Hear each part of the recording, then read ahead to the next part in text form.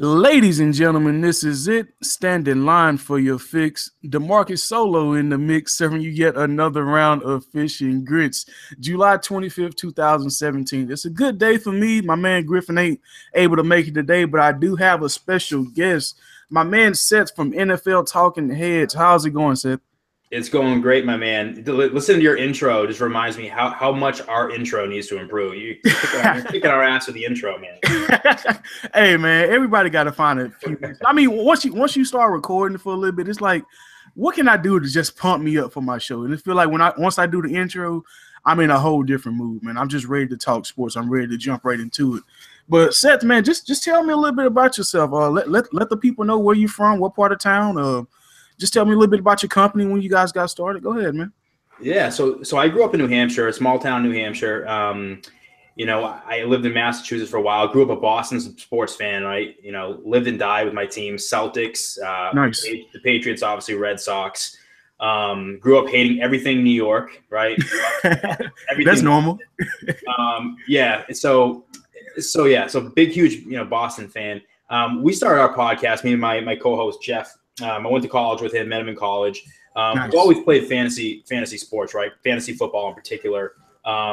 We've just been, obsessed with it for like as long as I can remember. So about 3 years ago, we started, a podcast kind of on the side, right, to do as a hobby, just Right. to occupy our time because we're always talking about football anyways. We're like, hey, let's just do this, on the air and make a podcast out of it.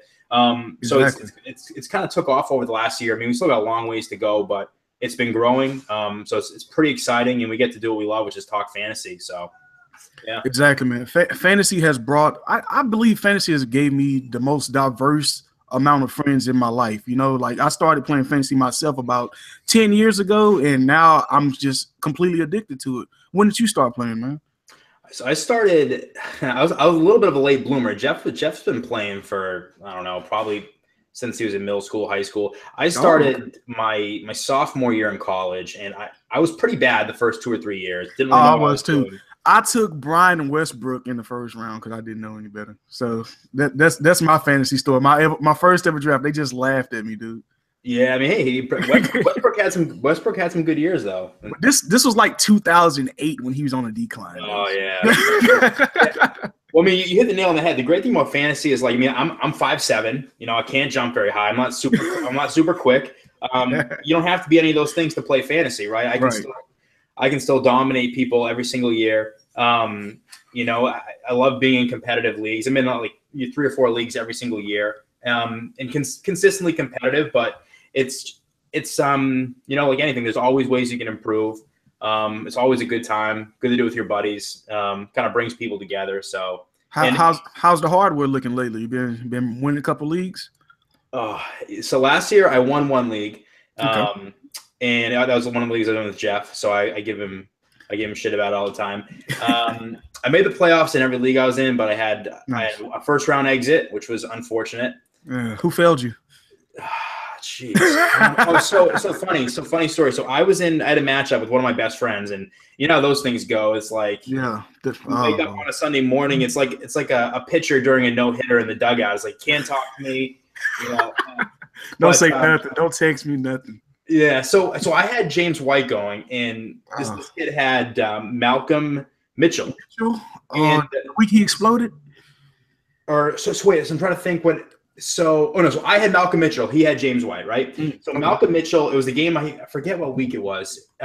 He caught the ball at the 1 yard line. I was like, really? And then James White runs it in from the 1 yard line. So you can't make this stuff up. Or actually, he had LeGarrette Blount, and LeGarrette Blount running in for the 1 yard line because that's what Blount does. He runs it in from 1 yard. They always at the 1 yard line, though. I mean, it seemed like they sneezing there at the 1 yard line every time on offense. I know. So. It was it was frustrating, but it was last year was a good year.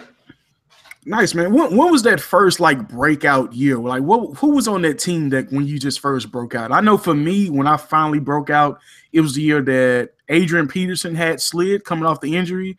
Yep. And Aaron Rodgers went crazy. Those were the two guys that led me to my first real championship. Who was those breakout players for you, man? So I really didn't get good until – so I started in 2006 around there. I didn't really get good until 2000 11. Like I was always the kid in the league that would always make. Like, I love trading, so I would always trade, and I was like, it makes it fun though. I hate it when people don't like the trading leagues. I hate that, dude. Yeah, I'd be like the guy calling somebody at like 2 a.m. Like, dude, it's 2 a.m. I'm trying to sleep. I'm like, yo, but I'm trying to make this trade. But no, to answer your question, like my first year, so I think it was 2012 was the first time I won like a championship, and it was in like the biggest league that I'm in, like the league that you always have that league that you care the most about. Yeah. Is it a keeper league or redraft?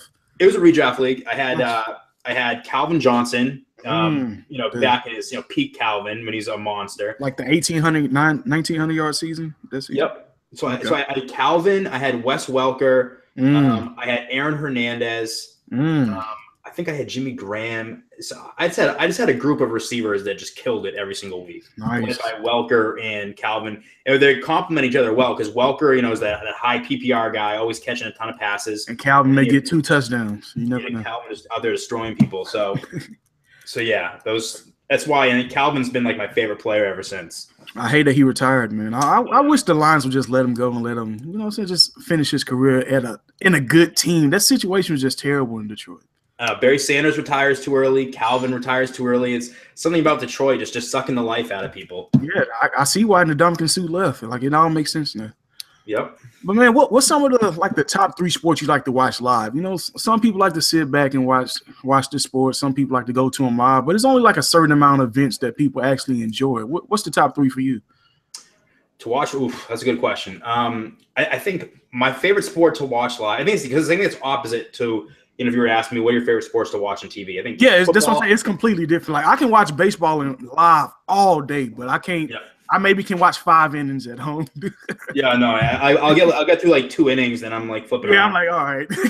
Yeah, I think I love watching basketball live. I think basketball live and on TV is great. Yeah. Baseball live because the atmosphere. I was at Fenway last weekend, and you have just the atmosphere is nothing like it, especially if you're at like a ballpark like Fenway or a Wrigley, somewhere like that.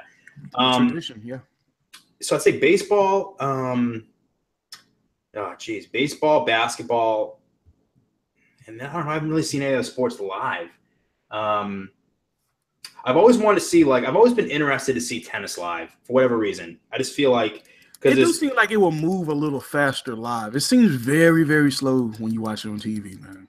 Yeah, I feel like it'd be pretty epic up close. Yeah, I tried to play tennis a few times and I was terrible at it. It's fun though. Tennis is fun. It's a lot of fun. Yeah. Yeah, so I think tennis would be pretty cool. Okay, cool. Man, you say you started the podcast about 3 years ago, right? Have you guys ever had a third host, or has it just always been you two just going at it? Always been just me and Jeff, yeah. Do y'all tend to agree a lot of arguments, or what you think? Well, before we started the podcast, we never agreed on anything. See, his philosophy with fantasy is he wants the most boring players. He wants to play it straight down the middle. Sound like Frank, like he drafted Frank Gore a lot. That's what it sounds like. Yeah, like a Frank Gore. he had 1 year when he had every single boring running back that he had, Mark Ingram, Frank Gore. Me, I'm not a huge Sammy Watkins guy, like those types of players, but okay. I've always loved the Calvin. I liked a little bit more of the flashy players. So we kind of differ on that. I say as time's gone on though, because we talk so much and we talk about players in the podcast all the time that now we're tending to agree. I think just naturally. Okay. So he'll talk me into a player, I'll talk him into a player, which sucks because when we go to draft in our leagues, we're all going. Now y'all fighting. Y'all fighting over the same. So now you got to jump up a few rounds to snag them from him. Exactly. Yeah. All right, man. So let me get into some fantasy questions, man. What kind of league do you prefer? You prefer standard, PPR? Do you have a preference? 2 quarterback? I love 2 quarterback leagues. That's my thing. I think that leagues should start adopting the 2 quarterback. I agree. I can agree with that. So I love 2 quarterback, and I'm always a PPR. I don't do any standard leagues. I just feel like that half or full. I like full point, but I can do half too. I can see the thought process behind like a half point. But I just think that if you're in a standard league, it completely takes receivers like Julian Edelman, Jarvis Landry out the picture. Keenan Allen pretty much out of the picture. I mean, they're still good, but they're not. Yeah, they capped off at like 8 points if you're lucky. Then they may score and get you 14. So I know what you mean. I can definitely agree with that. Yeah, so PPR 2 quarterback leagues, and I like keeper leagues. I love dynasty. I think it's always good to be in one dynasty league just because it's so much different. You do any IDPs or? Man, we were just talking about this on our last podcast. I hate IDPs. I don't know. We've done them forever in the league that me and Jeff run together, our hometown league, and I hate it because, like last year, for example, I played this kid and he had one of his defensive players had like 2 pick sixes or something. Oh my god! Like 20 points. And I lost because of that. I'm like, really? So I just don't like it. I don't think it requires much skill. I think it's so luck based. You know what I mean? Because that's true.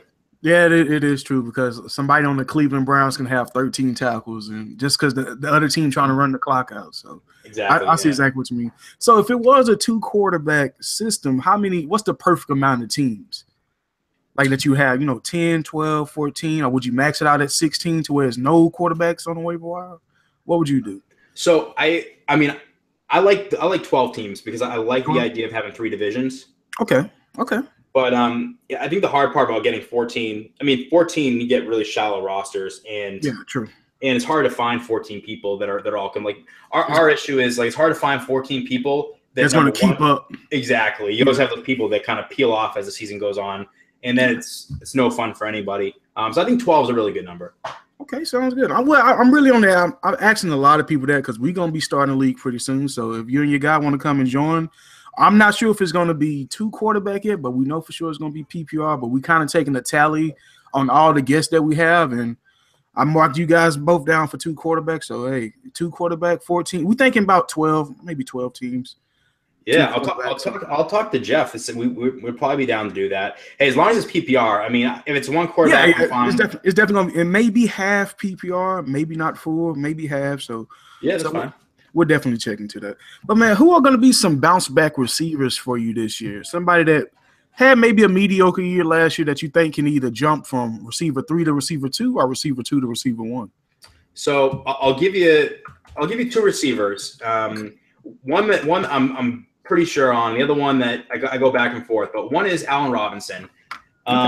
He's going in the 3rd round. His ADP is in the 3rd round somewhere, give or take. Last year he was a 1st-round player. Yeah. Right. This is going to be his 4th year in the NFL. He had a monster sophomore campaign. Really fell, for whatever reason, he had a really bad year last year, mostly because of the Jaguars. Well, I blame it a lot on the coach because it seemed like Doug Marrone knew how to use him those last few games when they had finally fired Gus Bradley. So I can definitely see that one too, man. Yeah, and my other one is DeAndre Hopkins. And as a Houston guy, I think you're with me on this one. DeAndre Hopkins is an absolute monster, and he's another player that went in the 1st round a year ago. His ADP is somewhere in the 3rd round. He had Brock Osweiler throwing the ball to him last year. Yeah. It couldn't have been a worse situation. And as long as they don't start the year with Tom Savage, I really want to see Deshaun Watson get the gig because I saw Tom Savage last year. For a game or 2, and it wasn't impressive.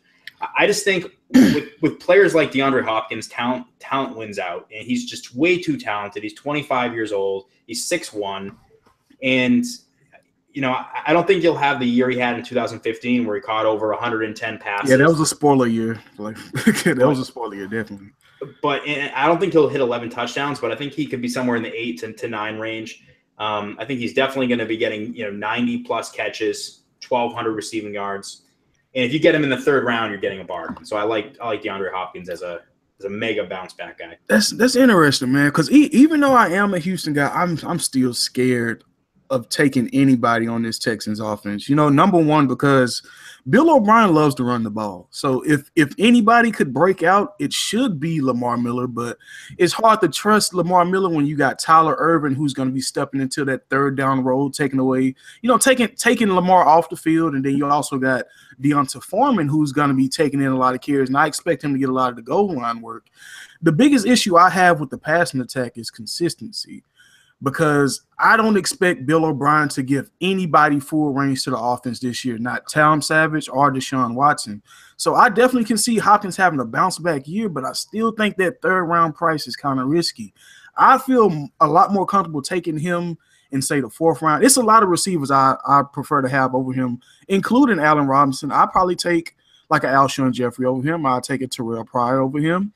I'd probably take Demaryius Thomas. I know they probably have similar situations, but at least Demaryius can get you yards after the catch. The biggest problem I have with DeAndre is that he's more like a tight end sometimes. You know, it's like once he catches it, he's going down. So there's no opportunity for Yak. And in fantasy, I want to have that player that can take it to the house at any time. Why do you think Odell is so dangerous? Why do you think people are taking chances on Amari Cooper? They can take it to the house. And as much as I love DeAndre from a possession catch standpoint, it's very hard to trust him trying to fight for those extra yards and then the offense moving the ball down the field and expecting that he's going to get the goal line targets when you have a 3-headed monster at tight end, really, that a lot of people really don't appreciate.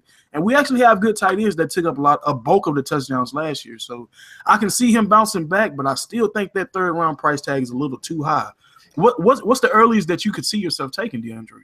I think it would be 3rd round. I don't think I could take him in the 2nd round, but I also think that if I get him in the 3rd round, I'm pretty pumped because I mean this guy still had 150 targets last year, so they're still peppering him with targets. Yeah, it wasn't quality targets, but he did have 150 targets. So if you can expect at least 75% of those to be quality targets, believe me, I went to a game last year and I seen Brock Osweiler throw a Hail Mary out of bounds. I've never seen nothing like that. I don't know how you miss.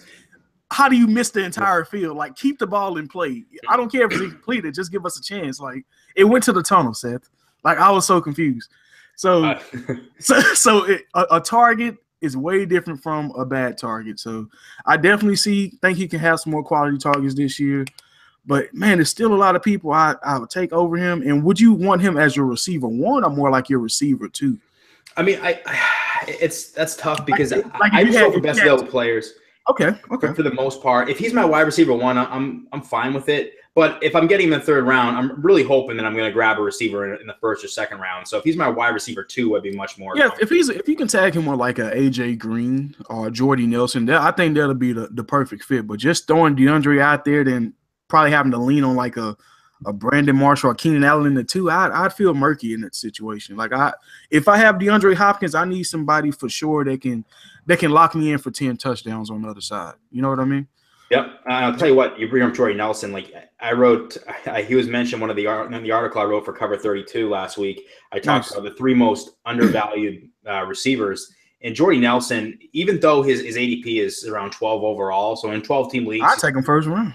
Yeah. I mean, this guy is – maybe because he's 32 years old, but I mean, the last 2 seasons that he played a full 16 games, I mean, he had over 95 catches, over 1,200 receiving yards, and over 13 or more touchdowns.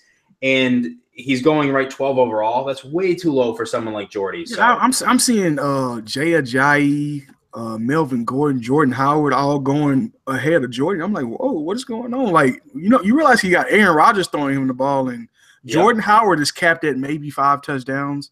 Melvin Gordon, I'm still not completely sold on him. I got him at a value last year.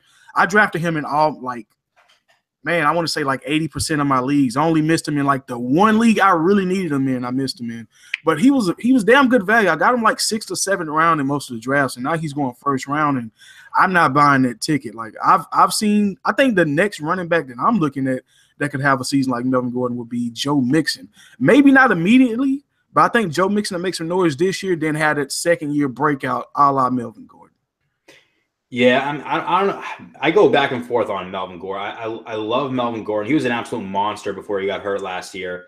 But he's yet to average that's 2 straight years getting hurt also, man. Exactly. I take that into consideration. And he's in a really good spot because San Diego loves throwing to their running backs.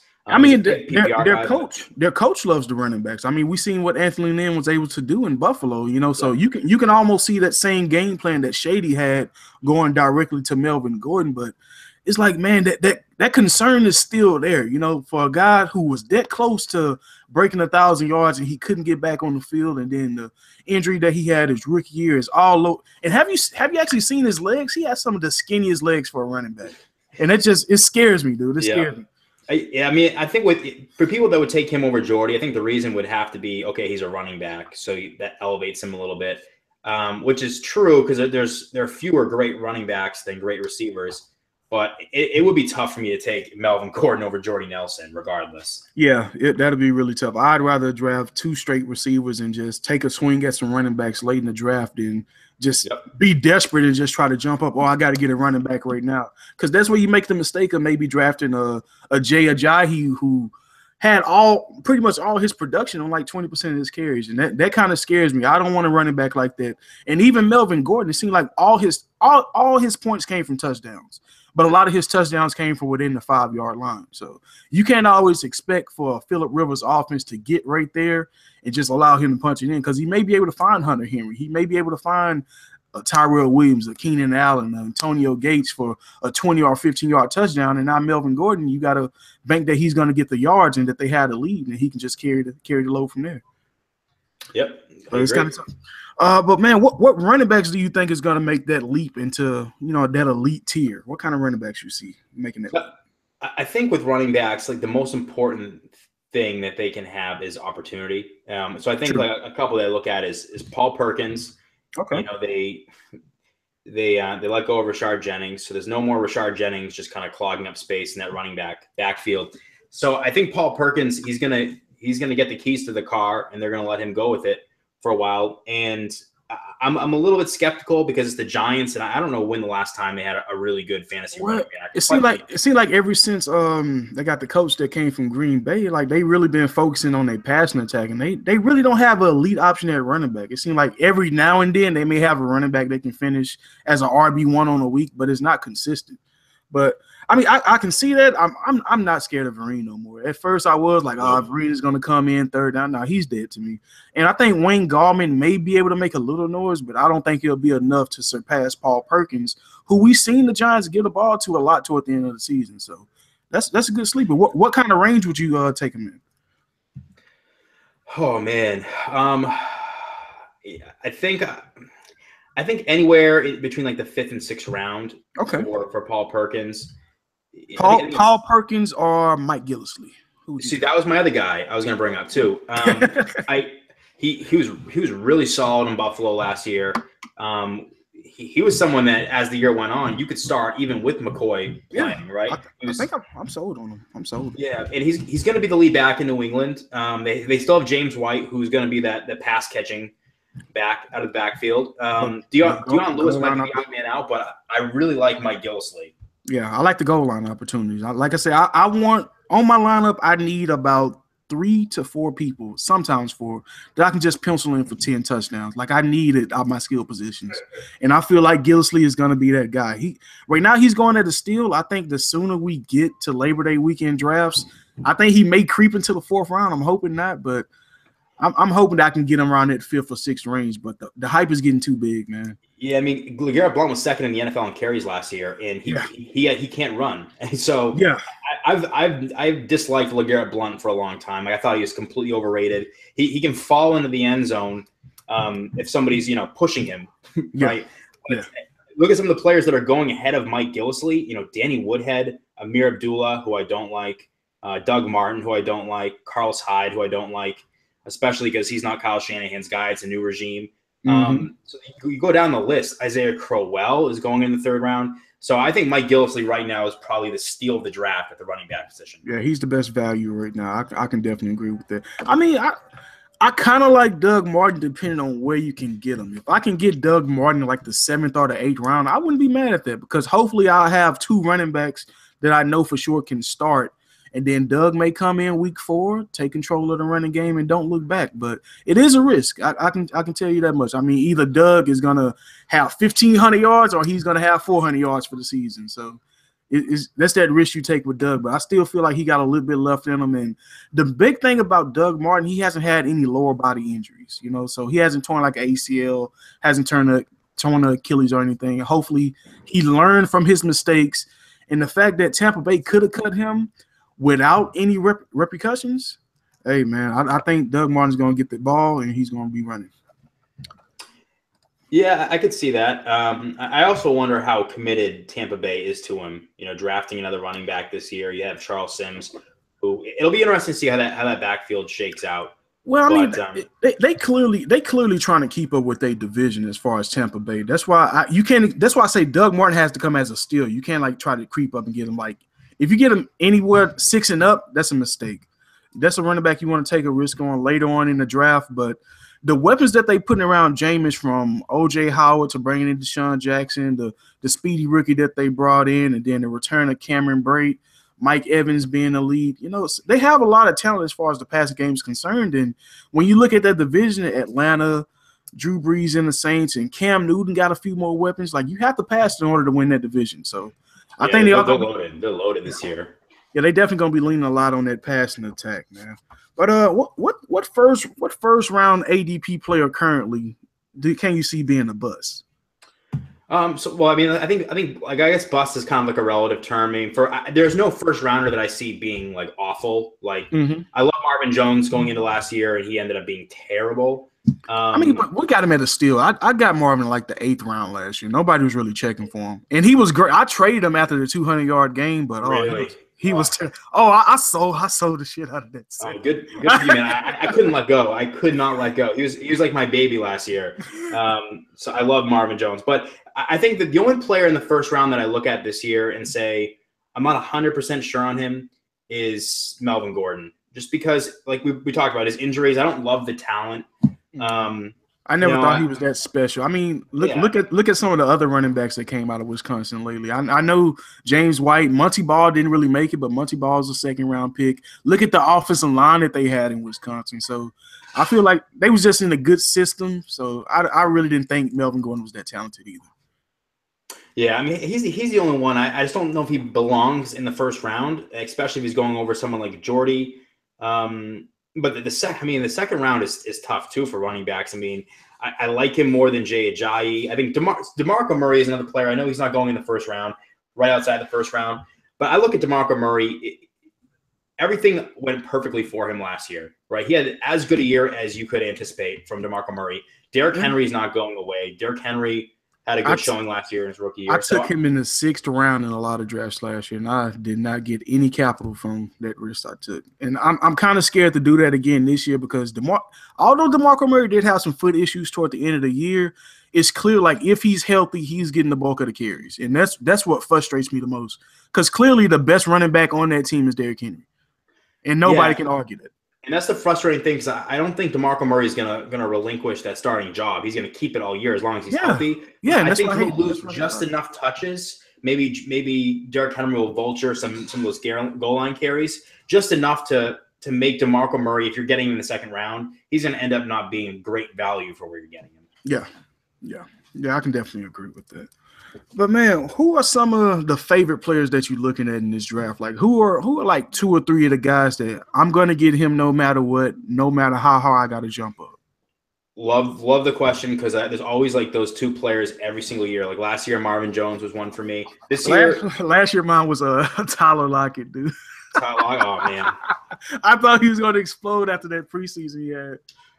I had this is a little off subject, but I had one draft where I had like John Brown, I had Eric Decker. I drafted all these players that ended up sucking, but I was able to pawn all of them off in the first 3 weeks. Get rid of them, and that was the league that I won the championship in. So it was just funny. But this year, so there's 2 players that I think are going to be on every single one of my teams. One is Michael Crabtree, probably my favorite player in all fantasy based on where he's going. Would you take him 4th or 5th? I would take him in the 4th round, and I wouldn't think twice about it. I think he's going 2 rounds behind Amari Cooper. He's as good a fantasy player as Amari Cooper, if not better, because he gets red zone targets, and it's all about touchdowns. Yeah, he's had more fantasy points each of the last 2 years than Amari Cooper, and Amari Cooper, he's always overvalued. He's going in the 2nd round this year. Crabtree, the 4th round is great value. I mean, you look at some of these players that are going, ahead of Michael Crabtree, and we'll just play this exercise really quick. Tyreek Hill, I like Crabtree more than him. I like Crabtree more than Martavis Bryant. I'd rather have Crabtree than Alshon Jeffrey, than Terrell Pryor, than Sammy Watkins. So I think Michael Crabtree is a third round fantasy talent that you're going to get in the 4th round, and you're going to get a steal. Okay, that's interesting. So Crabtree, and the other guy that I love is Tyrell Williams. Oh yeah, he's starting to creep up now. What's the earliest you willing to take him? I would take him in the ninth. I would take him in the ninth round. Man, he's going like 8th right now. He's starting to creep up big time. He was going like 11th before the Mike Williams news, and ever since then, I've been seeing him go no less than like 8 and down. Yeah. See, I mean, I could definitely take him in the 8th round. The 7th round would be a little sketchy for me to do that. You probably can still find a starting running back or maybe an elite tight end in the 7th. Man, that'll be tough.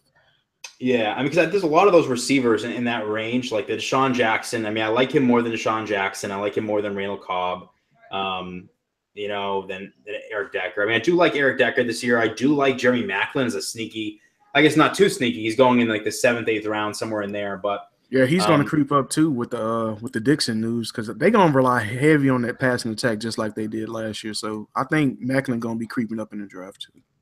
Yep, and I love Pierre Garçon too as 7th round ADP. 7th round? I think he's going later than that, man. You got 7th round on his ADP?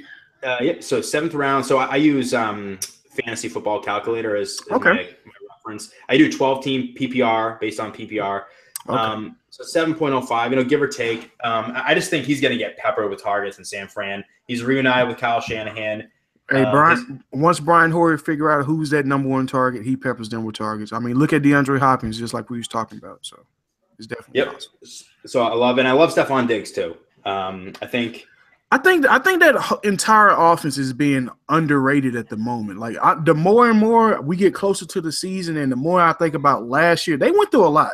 The Vikings, between the coaching change and losing your starting quarterback before week 1, and Adrian Peterson going down, the line is in shambles. I think that offense is going to bounce back and surprise a lot of people. And that Minnesota schedule is a breeze. Yep. So I definitely can see Stephon Diggs. I think Thielen may be a steal.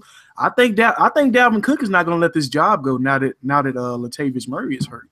And I think he's going to be a value at some point in the draft too. I'm not sure when I feel comfortable taking him, but I definitely feel Dalvin Cook is going to be productive in his rookie season. Yeah, I agree. I think it's his job to lose ultimately. I'm not a big Latavius Murray fan. Me neither. I feel like he fell into 1,100 yards and like 12 touchdowns last year. He didn't earn it. Running behind that offensive line, that offense, and he's always left a little bit to be desired. I always thought he should have been better. He runs too high. He's not a pound. He reminds me of Alfred Blue. Alfred Blue is a very disappointing Texan for me. And some people, they cheer for him because Alfred may come out every now and then, have 100 yards, maybe score a touchdown, but it's not impressive. And that's the same thing I kind of seen out of Latavius Murray. I don't think he's the most explosive running back they had last year. I think DeAndre Washington should have been starting. I think Jalen Richard was actually better than him also. So I really think he was replaceable, and they really didn't need him. But how do you feel about Marshawn, man? You think Marshawn going to be able to have a good season after taking a year off? Man, I don't know. I think I'm probably in the minority on this one, but I'm a little bit off Marshawn Lynch. I'm staying away from him myself. Yeah, me too. I like Adrian Peterson. This is one that me and Jeff disagree on. He's not huge on Marshawn Lynch either, but he hates Adrian Peterson for whatever reason. I love AP this year. I think AP is going to have a damn good season. I think he's definitely going to outproduce Marshawn. That's just my personal opinion. Adrian Peterson is one of those guys that runs with a chip on his shoulder, and that's what you need in football. You want a guy to go out there and play angry. You don't want him to get hurt, but you want to go out there and play angry. And the fact that Adrian Peterson feels like he has something to prove inside a dome with Drew Brees as his quarterback, oh my goodness. I think from right now, the value that he's going at, he's going to outproduce that. I think he's going to have a ton of touchdowns. And with Marshawn Lynch, I just, number one, I don't know if the desire is there anymore. His last year he played in, I think it was 2014 in Seattle. He really wasn't great that year, battled some injuries. Like you said, he was out all last year. I don't know that at this point in his career, he's a better runner than Latavius Murray. And Latavius Murray had a very underwhelming year last year. So I don't know. I don't like Marshawn Lynch. He's not going to be on any of my teams because he's going to be going in the second. Probably the second round. Yeah, he's going second or third. If you had to pick out of these three, Marshawn Lynch, Leonard Fournette, or Todd Gurley, who would you go with? What was the third one? Marshawn Lynch, Leonard Fournette, or Todd Gurley? Oof. Not Lynch. But see, I would probably go – oh, man, that's tough. Todd Gurley had such a horrendous year last year. His line, they was tearing him apart in the backfield. Oh man, that's a tough one. That's a tough one. Because I think Leonard Fournette has because none of them have like PPR upside, you know. Yeah, I would probably go Gurley, and I don't really. That's a tough one, but I would probably go Gurley. You probably go Gurley. Okay. I think so. I guess I'm not a big Lynch fan, and the fact that Fournette's a rookie, he plays in the Jaguars, and he's I don't know if he's going to be developed to be a PPR threat right out the gate. I think that's going to take some time. He didn't catch a lot of passes in college, so I think that's a red flag for me. I think I'd probably have to go Gurley, but it's close. Okay, I can definitely agree with that. And when do you feel comfortable taking the quarterback? I think it's tough for me to pick out a round. What I usually do for 2 quarterback leagues, I mean, I love that middle range for quarterbacks. Like, I'm probably never gonna, get the Aaron Rodgers or Tom Brady's or Luck or Breeze, but I love the and I'll tell you the range. I love like the Matt Staffords, the Russell Wilsons, the Andy Dalton. Love Andy Dalton this year. Kirk Cousins might be my favorite quarterback. Yeah, I like Kirk. He was 4th overall last year in fantasy at the quarterback position, and he's completely getting overlooked. So I like those quarterbacks. I'm even fine with like Eli in a 2 quarterback league. Jameis Winston, love him. Yeah, with all the new weapons that he has. Yeah, I love Mariota. I like all these guys you name it. Like that, it's like that 3rd tier quarterbacks. That's about where I aim. I feel like once like Phillip is left on the board, like okay, I think that's like the last option right there. Like Phillip Rivers. Like once all those guys that you just named go, then Phillip Rivers left. I got to get him, or I'll be stuck with like an Andy Dalton. And I wouldn't feel bad drafting Andy Dalton. I mean, he's had QB1 seasons, and I expect a bounce back year. But I'd rather get somebody for sure that I can lock in for about 35 to 4,500 yards and maybe 30 touchdowns. Yep, I agree. I think the quarterbacks like Big Ben are a little bit. I had him on one of my teams last year. I'll never do it again. He's completely overrated. Honestly, he got. I know that the home splits was atrocious last year, but this year he has a nice like starting schedule, man. Like you probably need to check it out. He has a nice starting schedule where I think you can take advantage of some early ones, and then you just have somebody to come in and alternate when he is on the road. So when he's on a roll, and that's why I targeted him last year in a lot of my drafts, because when he's on a roll, I mean, Pittsburgh's offense is one of the best offenses to watch when they're cooking. And I kind of think this is last year, man. I'm sold that I think this is it. I mean, it looked like he's in the best shape we've seen in years, and then he almost retired this past offseason. Seemed like he took a lot of time to just think about it, and I don't think he's going to be taking a lot of time next year. I think he's just going to be hanging them up. Yeah, could be. I mean, he could be in for a big year. He's got Martavis Bryant back. They have the best running back, or one of the best running backs, and the best receiver. So he's got all the weapons in the world. No doubt, man. In your opinion, who's the best out of the top 3 backs when you talk about David, Ezekiel, and Le'Veon Bell? I think that clearly, I think the 3rd out of the 3 is Elliott. I think it's almost a toss-up between David Johnson and Le'Veon Bell. I would lean towards David Johnson. He's just an absolute beast, and he had a ridiculous year. And even though Le'Veon Bell, obviously he missed the first 3 games, but didn't play week 17. But I love Le'Veon Bell. He's just such a sure thing. You can count on him every single week. David Johnson's really only had one explosive year, which was last year. So I would go David Johnson just because if he can do anything, if we can do what he did last year or anything, really close to it, he's going to be the best player in fantasy. But I mean, you can't go wrong with either guy. I think they're clearly 1A, and Elliott's clearly 3rd.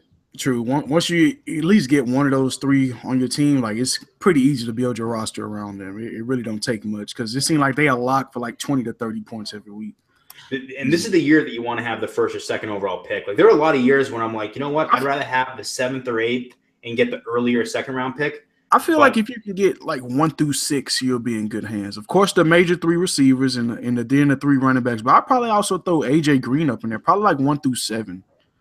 I would be. I'd probably take Elliott 3rd, but his off the field stuff kind of worries me if I'm an Elliott owner, just because eventually you play with fire, you're going to get burned, and I'm kind of worried about him getting suspended and missing time. But I wouldn't be too Like I would think about taking Antonio Brown at 3.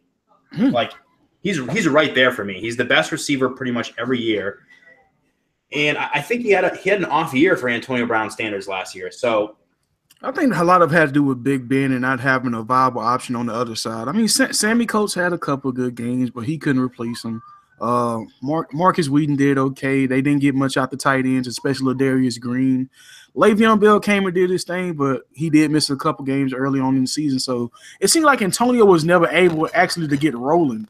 But it seemed like every now and then he'll show you why he was listed as probably one of the number 1 prospects in the fantasy community. But it definitely wasn't consistent, though. Yep. Yeah, I mean, I think he's I'd probably go Elliott 3rd, but I think Antonio Brown, if I was going to pick a receiver, it has to, and it's almost like the unsexy pick now because he's been doing it for so long, like 3 or 4 years now. Yeah, it's like the Bourne pick. Yeah, if you have Antonio Brown, it's you could be in far worse positions than having Antonio Brown on your team. Yeah, it's way worse options than Antonio Brown. But man, what rookie receiver and rookie running back do you think will have the biggest impact on the fantasy community this year? Well, I would have said Mike Williams. I know, right? That was the perfect draft pick. I'm like, man, he's going to get peppered with targets. Yeah, I mean, Mike, that was setting up for Mike Williams to have a pretty big year. I think for running backs, I think Fournette is in the best position right out the gate to have an immediate impact. Okay. I like now week 8 on and beyond, even to next year. I like Joe Mixon because you look at Cincinnati; they have Jeremy Hill and they have Giovanni Bernard, and I think Joe Mixon can be the best of both worlds. Yeah, he can do both. So, yeah, so I like Joe Mixon. I kind of view him as maybe a potentially Le'Veon Bell, best case scenario. But okay, what about receivers? For receivers, and I know he's a second-year player. He didn't really play a lot at all last year, and that's Josh Doxson in Washington. Right?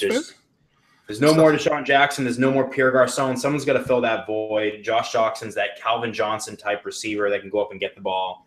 They have a good quarterback, good offense. So I love Josh Doxson. Do you like Josh more than Terrell Pryor? Are you not high on Terrell? I like Terrell Pryor. I do. I feel like I liked him a lot early on, and now he keeps climbing up his ADP. I mean, I think he's going to go in the 3rd round this year probably. And that's just paying a premium for someone like Terrell Pryor, who put up really good numbers on a really bad team last year. I like him. I would prefer to get him in the 4th or 5th round. And if I have to take him in the 3rd, that's probably too rich for my blood.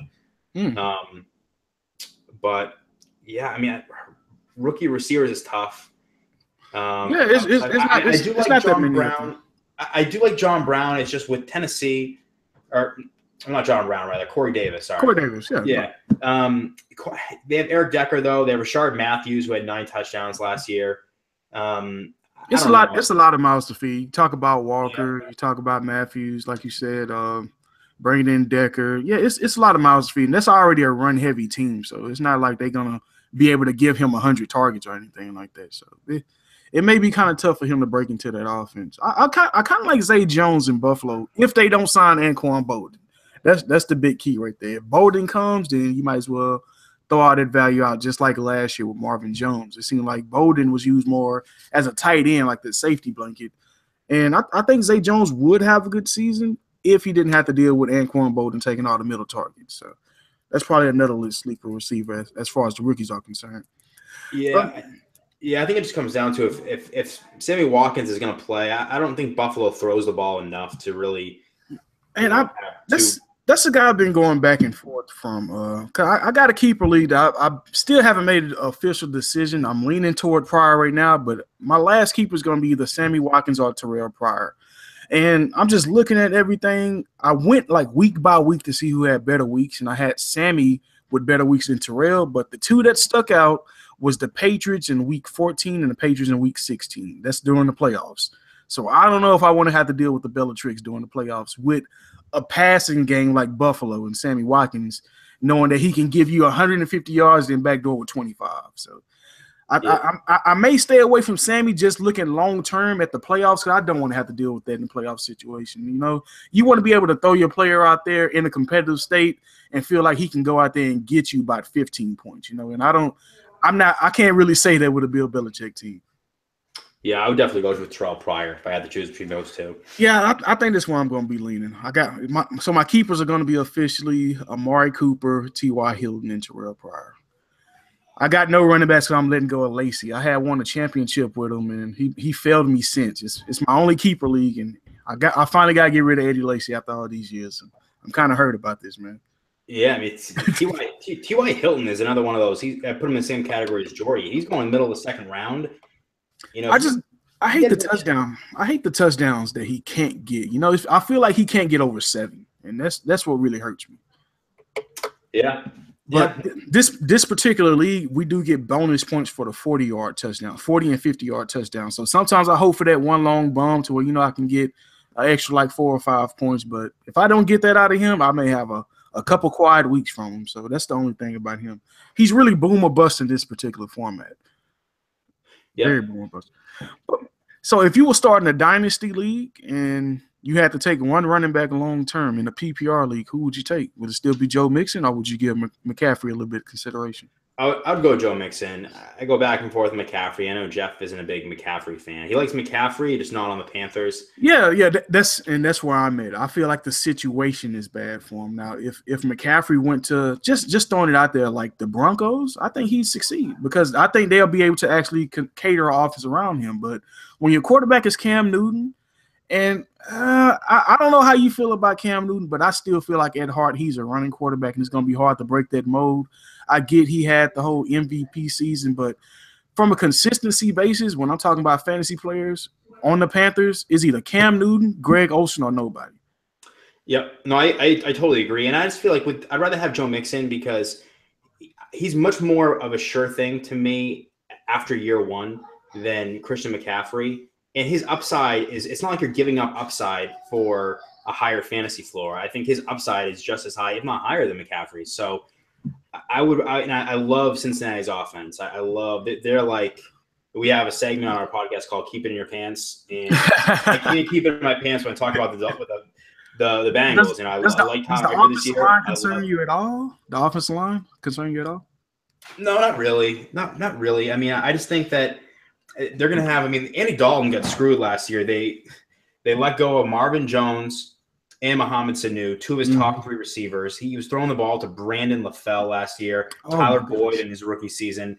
You can move Tyler Boyd back to the slot. You have A.J. Green on the outside. They added John Ross. So I think he's got all the weapons in the world. Tyler Eifert should be healthy. Bernard's going to miss some time with the ACL injury, but he's going to have Jeremy Hill, who gets way too many goal line carries. And 20 touchdowns in the last 2 years. That's ridiculous. He don't deserve none of them. Yeah, I totally agree. So I think it's Joe Mixon. If he takes over the job, Joe Mixon could light the world on fire this year. But it's just going to be a matter of, win.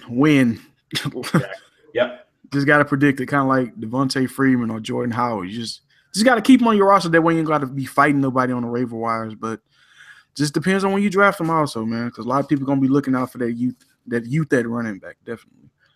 Yep. Man, go ahead and create a super team for me, man. 2 quarterbacks, 2 running backs, 2 receivers, 1 tight end, 2 flex. It can be anybody you want. I just fill out a super team for me. Okay, you got to go Aaron Rodgers and Tom Brady. Rodgers got 2 best quarterbacks. We're going David Johnson, Le'Veon Bell. 2 running backs. 2 wide receivers. This is where I guess it gets a little interesting. I'm going to go Antonio Brown for my number 1 receiver. Mm-hmm. And then I'm going to have to go Julio, but it's close. I'd put Mike Evans right behind Julio. But Julio is just a monster. I would put – I'm a little bit down on Odell Beckham this year. I still love him. He's a first-round talent, but it's a lot of miles over there in New York. Yeah, exactly. With Sterling Shepard and Brandon Marshall, and Evan Ingram. Yep, Evan Ingram says just enough to push him behind Julio, which I mean, it's not enough to say you're behind Julio. Most people are. But I think the dome also plays a part into it because it's like Julio for sure got 8 home games inside a dome, and then you got Odell outside New York. So that's another reason to decide between. And the tight end is a really interesting one. I mean, if you were to tell me that every single tight end in the NFL would play a full 16 games, I'd go Jordan Reed, even over Gronkowski. Well, I can see that because he's clearly going to get his goal line targets. And durability is the only concern, though. I mean, he does miss a lot of time. So you look at like the Travis Kelce's, the Greg Olsons, they don't miss time. They're rock solid.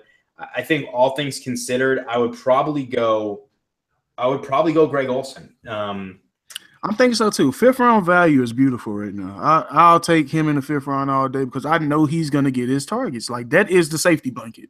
And at 33 years old, that's young for a tight end. I mean, look at Jason Witten, look at Antonio Gates, look what Tony Gonzalez did in his career. Like Greg Olson still has about 3 more years as a viable fantasy option. Easy. Oh, I couldn't agree more. I love Greg Olson. My 2 flex, I would probably go Ezekiel Elliott, and then you know what? I wouldn't go. I would go Ezekiel Elliott, and then I would go Odell Beckham. Probably it's tough because you have Odell, you have AJ Green, and then you have Jordy. Yeah, it's a lot of talent out there, man. But hey, you can't go wrong with this lineup at all. But man, give me a few more before we get out of here. Give me a couple more, breakout candidates, a few more busts, and maybe some sleepers. Just throw a few out there before we go ahead and wrap everything up, Seth. So I still like Marvin Jones again this year. I'm going down with the Marvin Jones ship. Where are you looking to take Marvin this year? I would have to take Marvin Jones, 10th, 11th round, somewhere in there. He should be there. A lot of people low on him from the way he sunk it up last year. So yeah, he'll definitely be there 10th or 11th. Is ADP somewhere in like the 10th round? I mean, I would like to get him, as late as possible, 11th round maybe.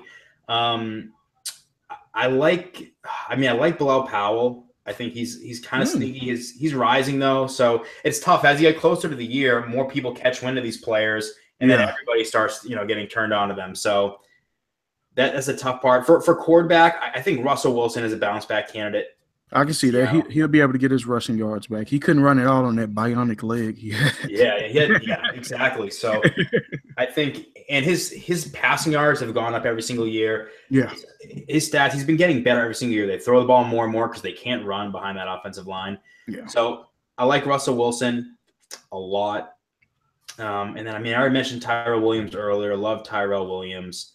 For a bounce back guy, though, oh, man, that's tough. I think John Brown is a potential bounce back guy in Arizona. No, I can see that. I can see John Brown. I like John Brown. And I don't love him. I just feel like Arizona was one of those weird teams last year that for whatever reason, everything went wrong except everything went wrong. Yeah. Like it's David Johnson and nothing. That's all they had. Yeah, so I think John Brownson, he probably won't be on a lot of my teams, but I think if you can get him in the end of the 9th, maybe 10th round, you can take a flyer on him and see what happens. Yeah, because it's no Michael Floyd to worry about this year. He's clearly the number 2 if he's healthy. That's the main part right there. Yep. What about a couple more sleepers, man?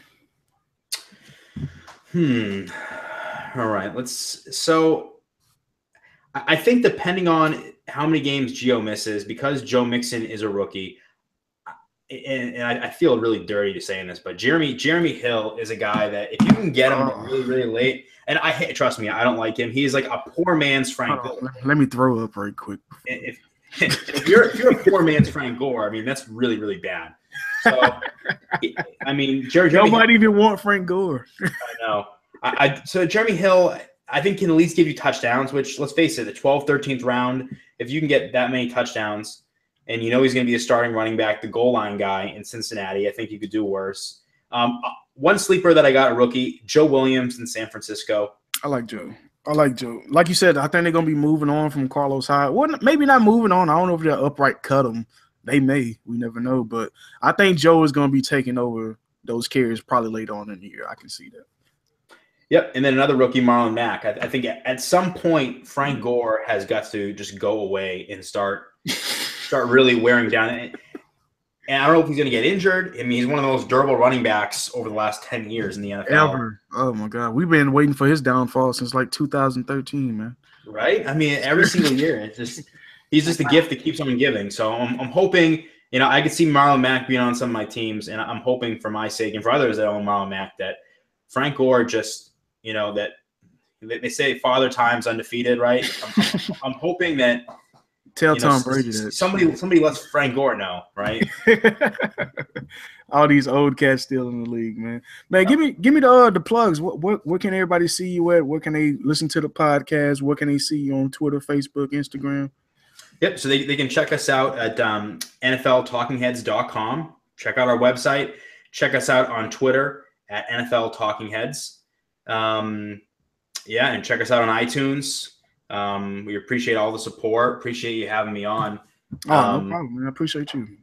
I'm sure we'll be crossing paths as the season goes on, right? It's gonna be definitely as soon as cause I'm be hitting a few preseason games, so I definitely want to talk some football after I come from those games. So I'll be hitting you up, see what you see on your end as far as your team in the preseason. We can discuss and see who we're gonna be moving up and down the board. So we'll definitely be linking back up pretty soon, Seth. We definitely will, and hopefully my guest, my co-host will be back in town. So we'll get everything going, bro. Sounds good, my man. Well, well, good luck. We'll be talking to you soon. Where it's entering the peak fantasy season, right? August, best time of year. So, no doubt. Fantasy rules everything. People need to understand that if you're not in fantasy, you're in the wrong situation. Yeah. But man, as for now, this has been Fish and Grits, and you guys have just been served.